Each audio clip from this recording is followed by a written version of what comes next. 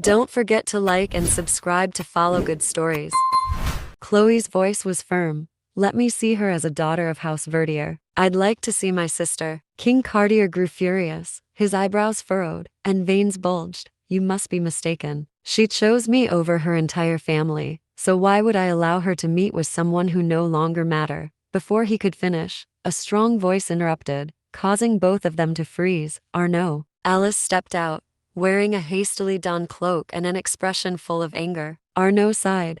I thought I told you to lock the door. The servant, her face full of worry, hurriedly explained. About that, Your Highness. Alice cut her off before she could finish. Don't blame her. I broke out myself. She ignored her husband entirely and walked straight toward Chloe. Arnaud grabbed Alice's hand. You were sleeping so soundly. I didn't want to wake you. Should I have made sure you couldn't get out of bed at all? Alice gritted her teeth and growled. Shut up and get lost. Arnaud's voice remained teasing. Ah, my lady has such a filthy mouth. As he spoke, he leaned closer to Alice. Perhaps I can purify it with a kiss. Alice shouted in embarrassment. I wish to talk to my sister alone. You break my heart. Arnaud continued to tease. Can't you ask nicely? Alice looked toward Chloe and pleaded with him. Please, Arnaud. Chloe, watching this scene unfold, didn't know how to react. She just sat there observing. After a while, Alice sat on the sofa with Chloe, mumbling an apology to her sister. I didn't want you to see me like this. Chloe ran her fingers through her younger sister's hair. Smile, Alice. Hearing this, Alice wiped away her tears. Right. So anyway, you've no idea how shocked I was when I heard you were here. Is something the matter? What on earth is going on? At this, Chloe spoke. Alice, do you remember when you promised you'd help me one day? Alice, full of pride, responded. Of course I do. I may look like this, but I'm a queen, you know? Chloe's voice gradually grew softer. Then, for the first and last time, I need to ask for your help. Please, save my husband. Chloe fumbled, unsure how to express herself. Oh no, I'll save him myself, but please help me find him. Alice stared in confusion at her sister's plea, her face full of bewilderment. She had never seen Chloe like this. Chloe, but Chloe continued. Alice, he once told me, Chloe, you may wish for happiness upon those you love, but don't you know that the people you love wish for your happiness too? At this point, Chloe began to sob uncontrollably. Her hands clenched tightly as tears streamed down her face. Could you show me that I can trust in his words? Please, Alice. In that moment, the image of her beloved husband flashed through Chloe's mind, every happy moment they had shared in the past. Her heart twisted with pain as she remembered the times he had called her name so tenderly. She feared the loneliness of life without Damian by her side. With eyes filled with sorrow and tears streaming endlessly, Chloe looked at Alice. I love him, Alice. As much as I do my own life. No, I think I love him even more than that. Please, Alice, help me save him. Alice gently placed her hand over her sister's. Chloe, did you know that the only reason I've been able to get away with living so recklessly until now is because you've always been there for me? So Chloe, you've no idea how happy I am that you're asking me for help. No matter what, I'll do everything I can to find him. Just hang in there a bit longer. With that, the two sisters embraced tightly. Time seemed to blur, and eventually, Chloe sat alone in that room, holding a necklace in her hands, praying silently. She stayed there,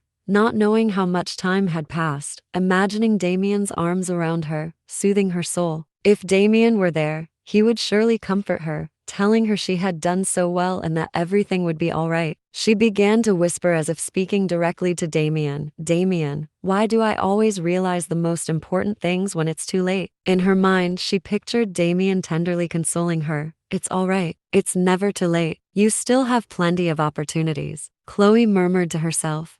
Do I? I don't even know what you're doing right now, but you defied even my death. I wanted to repay you for everything, so I suppose this too should be repaid. Damian, I can't be apart from you. Damian, please wake up, Your Grace. At this moment, Damian was sitting with his arms crossed on a chair, while Chloe's face flushed red.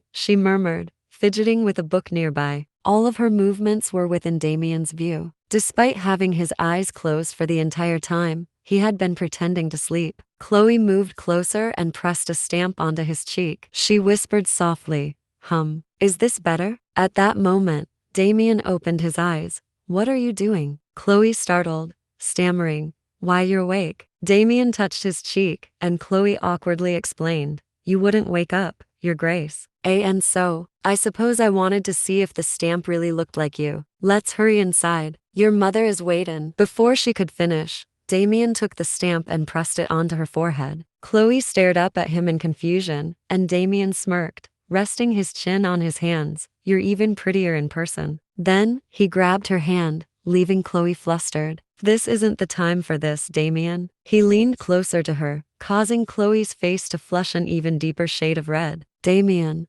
And why not? He teased. Do you not like me? Damian. Now's not the time, Damian. Her voice grew fainter and fainter. Damian snapped back to reality. His hands were tightly bound in a dark, gloomy place. Blood and wounds covered his body, and beneath his feet was a strange, intricately drawn circle resembling some kind of magical sigil. He cursed under his breath. Damn it. After a moment of silence, Damian finally spoke. So you've taken an interest in cults now, huh? How absurd. Irritated, he tugged fiercely at the shackles on his wrists, but it was futile. His thoughts wandered to Chloe. If things went according to plan, Weiss and Cromier should have escorted her to Swannon by now. If for some reason, I can't return then. He recalled a conversation he had with one of his confidants back in Swanton. Why, Your Majesty? This is. Damian had interrupted, his voice calm but resolute. Aren't all humans living finite lives, running toward death? I'm no different. The man hesitated, stammering. So, Damian had left his final words. If I fail to return from the duchy, Swannon will, through rightful succession, welcome its first queen. When that time comes, please ensure that my will is carried out properly. In his thoughts, he lamented. Just one more. I wish I had hugged you just once more. At that moment, Johannes entered the room, accompanied by a servant draped entirely in black. My, oh my. To see the mighty Thys trembling in fear is quite a sight to behold, Johannes sneered, toying with a knife in his hand. Damian, however, remained unbothered, his expression still calm and detached. Johannes's temper flared. What? Now that you're faced with death, do you feel you're going to wet yourself? The black-clad servant cautioned him. Please maintain your distance, Your Majesty. Johannes shouted angrily. Say something. Damian suddenly yanked hard at his shackles, startling Johannes, who recoiled in fear. Damian smirked and said mockingly, What's wrong, Johannes? Haha.